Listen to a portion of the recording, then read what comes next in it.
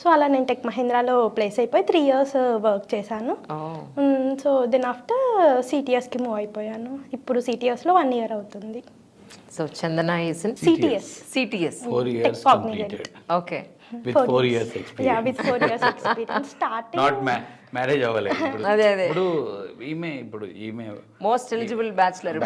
And ఇప్పుడు 4 years experience అన్నప్పుడు ఒక ఎంఎన్సీలో జాబ్ చేస్తున్నప్పుడు complete secured, financial secured, health insurance అంతే కదా, హెల్త్ ఇన్సూరెన్స్ ఉంది, మంచి ప్యాకేజ్ ఉంటుంది. చూసుకోండి అమ్మాయిని ఎవరు చేసుకున్నా లక్ష్మీదేవి వచ్చినట్టే ఇంటికి.